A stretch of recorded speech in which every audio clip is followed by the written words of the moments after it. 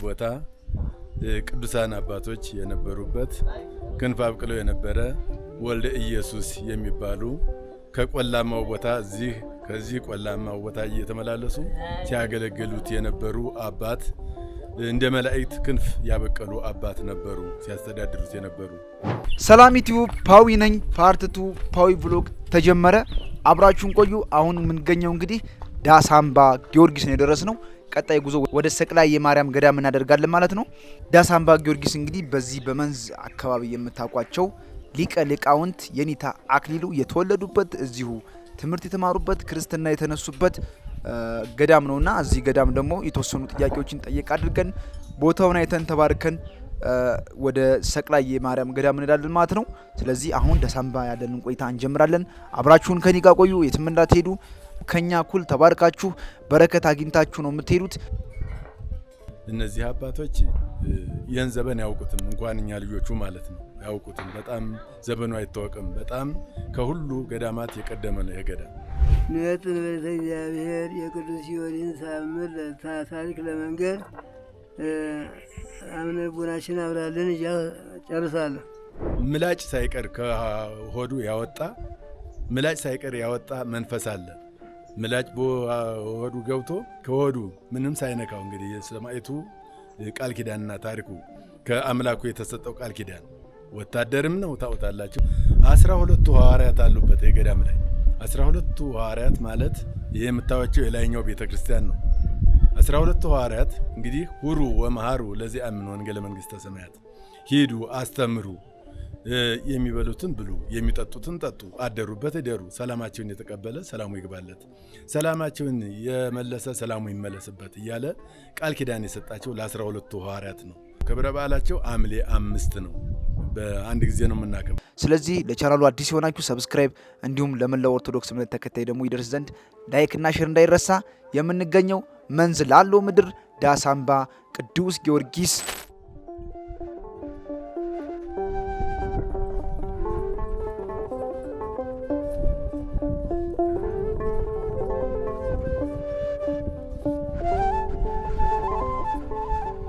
የምንገኘው መንዝ ላለው ምድር ዳሳምባ ቅዱስ ጊዮርጊስና 1224 የሚገኙበት ገዳም ነው ማለት ነው። ስለዚህ እዚህ ገዳም ደግሞ ገብተን ተባርከን አብረን በረከትን አግኝተን የሚታዩ ነገሮችንም አሳይቻችሁ ታምሩንም ሰምተን ሁሉንም ነገር አድርገን ወደ ሰቅላይ የማርያም ገዳም አብረን እንጓዛለን ማለት ነው። እዚህ ያለንን ቆይታ እነሆ የትም እንዳትሄዱ።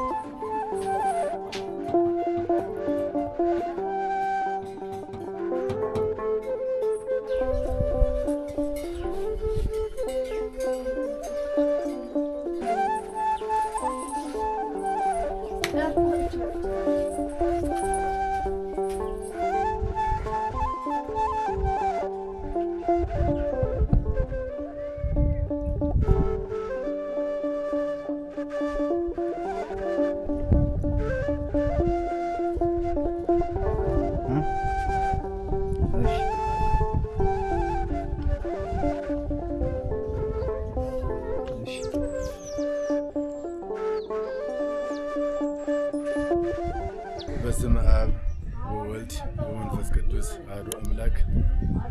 በክርስቶስ ክርስቲያን በወልድ ውሉድ በመንፈስ ቅዱስ መንፈሳውያን የተሰኛችሁ የእግዚአብሔር ቤተሰቦች እንደምን አደራችሁ? እንደምን ከረማችሁ? እንኳን ለዚህ ለተቀደሰ ለእመቤታችን ለፍልሰቷ በዓል አደረሳችሁ አደረሰን።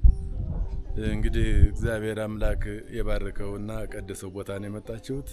ይህ ቦታ ቅዱሳን አባቶች የነበሩበት ክንፍ አብቅለው የነበረ ወልደ ኢየሱስ የሚባሉ ከቆላማው ቦታ ከዚህ ቆላማው ቦታ እየተመላለሱ ሲያገለግሉት የነበሩ አባት እንደ መላእክት ክንፍ ያበቀሉ አባት ነበሩ ሲያስተዳድሩት የነበሩ።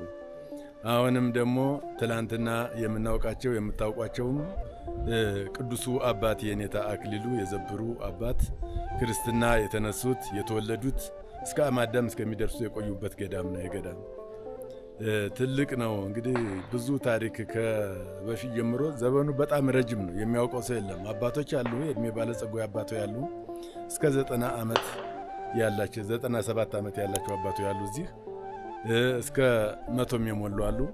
እነዚህ አባቶች ይህን ዘመን ያውቁትም እንኳን እኛ ልጆቹ ማለት ነው ያውቁትም። በጣም ዘመኑ አይታወቅም። በጣም ከሁሉ ገዳማት የቀደመ ነው የገዳም። በዚህ ማዕከል ላይ እግዚአብሔር አምላክ ሰማዕቱ ቅዱስ ጊዮርጊስ የሰጠው ቃል ኪዳን መጀመሪያን 70 ነገሥታትን ይጋደል ነበረ።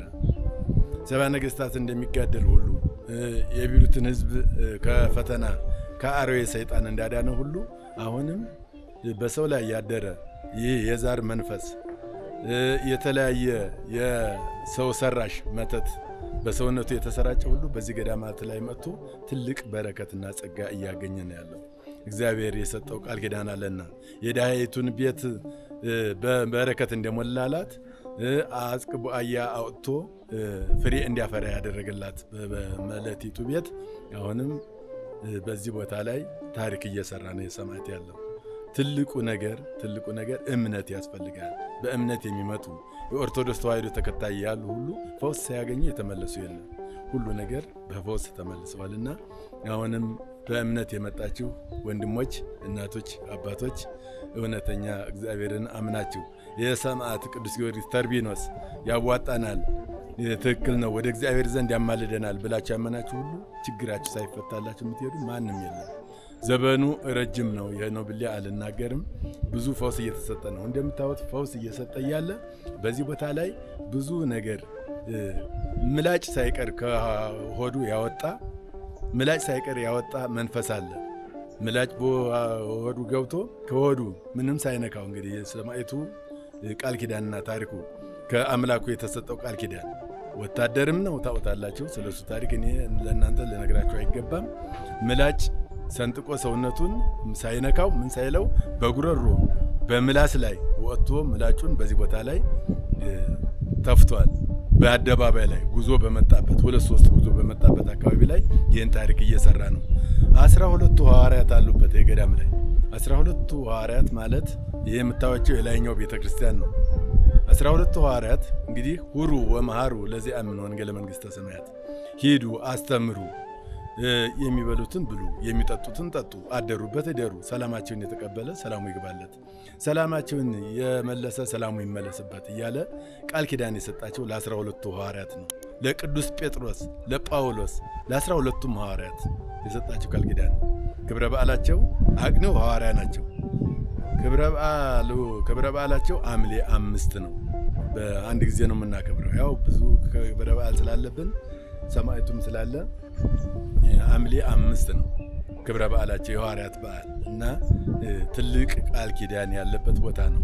ኃይለ አጋንንት የሚቀጠቀበት፣ ጸረ አጋንንት የተላከ ተልእኮ የሚፈታበት፣ የሚያፍርበት፣ መተት የሚያፍርበት ሁለንተናው የሰው ልጅ ድህነት አግኝቶ የሚሄድበት ገዳም ነው። የገዳም ዳሳምባ ደብረ መንክራት ቅዱስ ጊዮርጊስ ይባላል። ትልቅ ገዳም ነው። ብዙ ቅዱሳኖች አባቶች ያሉበት ነው። ዛሬም በእድሜ በለጸጉ አባቶች ያሉበት ነው። እስቲ አንዳንድ ቃል አሁን እነሱም ጋር ሄድ ብላችሁ እስቲ እየሄድን በዛች እንነጋገር። ወደ እነሱም አንዳንድ ነገር የሚነግሯቸው ስላለ ትክክለኛ እውነት ይህን ቃል ኪዳን ለመያዝና ይህን በረከት ለማግኘት ትልቅ ቦታ ላይ ነው የመጣችሁት። እስቲ እኛ አባቶች አንዳንድ ታሪክ ይንገሯቸው። ያው እንግዲህ የእድሜ ባለጸጎች ናቸው። አንደኛው ወደ 97 ዓመታቸው ነው። አንደኛው ደግሞ ወደ 100 እየተጠጉ ነው። እኛ አባቶች እንግዲህ እና ትልቅ ነገር እስቲ በርታ እና አንተም ይህን ነገር ካደረግህ ደስ ይላል ማለት ነው። እንደምን አደራችሁ አባቶች? እንደምን አላችሁ አባቶች? ደህና ዋላችሁ? እስቲ እዚህ አንዳንድ ታሪክ ስለ ገዳሙ አንዳንድ ታሪክ እንድትናገሩ ይፈልጋሉ እኚህ ወንድሞች። እስቲ ገዳሙን አባታችን መጋቤ ሕፃናት። እሺ በስመ አብ ወወልድ ወመንፈስ ቅዱስ አሐዱ አምላክ። ንዌጥን በቤተ እግዚአብሔር የቅዱስ ጊዮርጊስን ተአምር ታሪክ ለመንገር አምነ ልቦናችን አብራልን ጨርሳለሁ። አዎ የገዳሙ ታሪክ የመጀመሪያ የቀኑት ሐዋርያት ናቸው። ሐዋርያት 12 ሐዋርያት አባ አቅኔው አምዶ ይባላል። ከዚያ በኋላ ታጨንቅራ ጊዮርጊስ ሚስት አገባና እሱ ርቀቴ ትባላለች። ልጅ ወለደች። ስትወልድ ምን ተደረገ? ሐዋርያት ነበር የሚያገለግለው። ልጅ ስትወልድ በአንተ ታወስ አላስነሳም ምን ያገር ሄዳለሁ አለችው። ስትለው ጊዜ እንዲህ ይህን ሕፃን ይዘሽ አከጅም እኔ ለአባትሽ ሄጄ እነግራለሁ ብሎ ሄዶ ለአባቷ ነገረ። እኔ እዚያው ታቦቱን ይዤ እመጣለሁ አሉና ተናገሩ። መጡ። ታቦቱን ያዙና መጡ። ክርስትናውን በድንኳን አነሱት።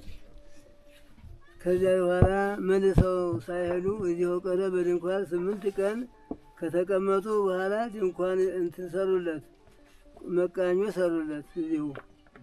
ከበላይ ህዝቡ ደግሞ ወደ ኢየሱስ አዲስ ስለመጣ ወደ እሱ አዘነበለ ህዝቡ። ሐዋርያትን ተዋቸው። 2 ታቦት ለየብቻው ማስቀመጥ አልችልም ብሎ አንድ ላይ ከጊዮርጊስ ጋር አስገባን። ሐዋርያትን ዋሻ ነበሩ፣ አስገባቸው፣ ኖሩ። አንድ ሲቀመጡ ሲኖሩ ሲያገለግል ኖረ።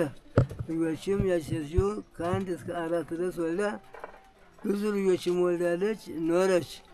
ስለዚህ ሐዋርያትን እና ጊዮርጊስን በአንድ ላይ ሲያገለግል ሲኖረው በኋላ አንድ ይሄ አገሩ ደጋው አላዊ ነበር ይላሉ።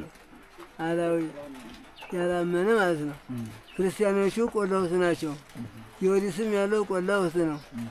ተበላ ሲኖሩ ይሄ አላዊው ሻንቆ የሚባል ዳኛ መጣ።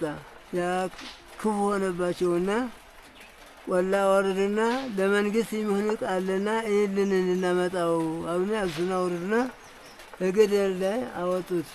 የት ነው እያለ እንደ ሲል ከኋላ ገፍትረው ገደሉት፣ ጣሉት ገደል።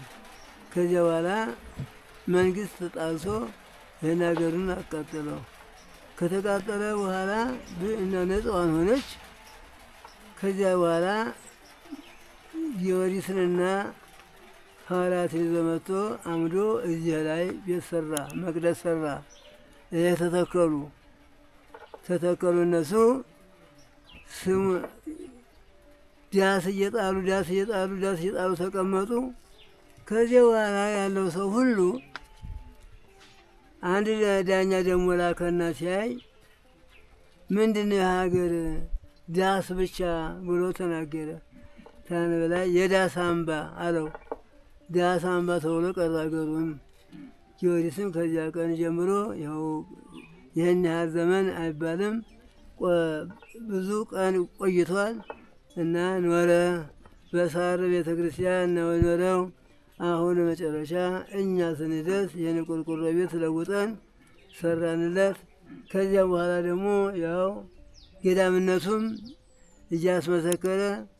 እየመሰከረ ለማህደረ ስምከ ዛቲ በረድኤትከ አውፃ እምድረ ከለላታዘዛ ለማያጾ ሳሊከ ግበር ዛንቀጻ ወረስ የሁልቆ መጻ ዘበት ዘሞጻ የሚል ደራሲ አለ።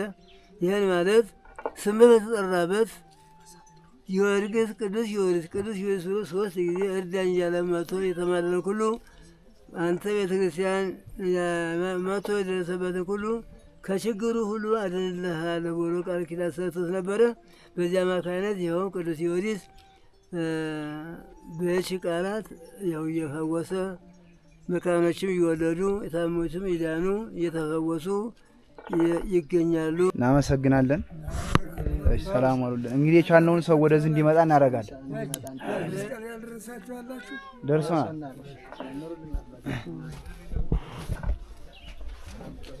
ታምራት አዳነ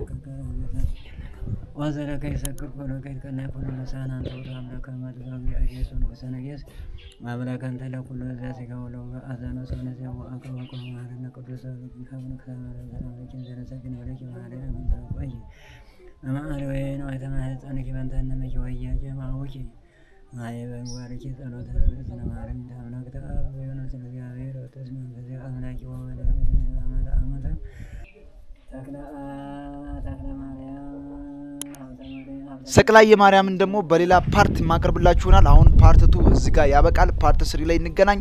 በፓርት 3 ሰቅላይ ማርያም በደንብ ማስጎብኛችሁናል። በየመንገዱ ላይ የምናገኛቸውን ኩረት ወደ እናንተ የሚናደርስ ይሆናል። እስካሁን አብራችሁን ስለቆያችሁ እያመሰገንኩኝ እኔ ከወዲሁ ሰናበታችኋለሁ። አቅርቤ ያዘጋጀሁላችሁ ፓዊ ነበርኩኝ። በሌላ ቪዲዮ በሌላ ፕሮግራም እስከምንጋይ ድረስ ሰላም ሁሉ ተመኘሁኝ። ቻው